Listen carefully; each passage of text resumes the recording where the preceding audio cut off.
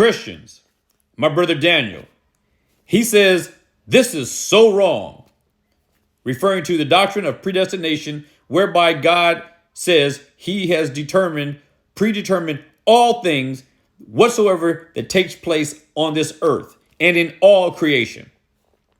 He says this line of thinking implies that everything that happens is just pre-written. It doesn't imply it, it's plain. It's not an implication, it's explicit. And then he says, and nothing that we do is actually on us. Now, here's where the problem is. The idea that something or an event is predetermined doesn't absolve you from responsibility from the knowledge of that event. For example, if you are told that there is going to be a 100% chance of rain in the next 2 hours, and before you go home, if you do not carry an umbrella, is it your fault that you get wet? Whose fault is it that you get wet? It's yours. I don't understand what this is.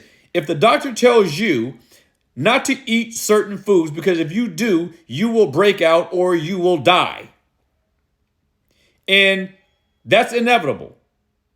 And you go and do it, you were already told what was going to happen if you did it. And if you go ahead and do it, whose responsibility? Is it that you got sick or died? Is it the responsibility of the doctor? Or were you a responsible creature knowing that what was going to happen, that you were told what was going to happen, and yet you decided to act contrary to that direction? This is what men do. This is what the problem is that God has with man. He is telling you what to do. This is why we preach, because he is telling us what is coming. He told millions of people through Noah to get prepared because a flood was coming. They laughed at Noah, they mocked him, and they scoffed at him. But he told them that God was coming to judge them.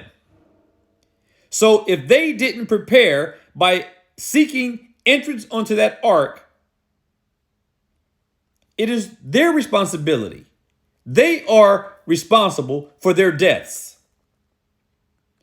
Jeremiah and Isaiah preached that Israelites were going into captivity. The Israelites refused to accept what God had told the prophets. And guess what happened? They were forced into brutal slavery.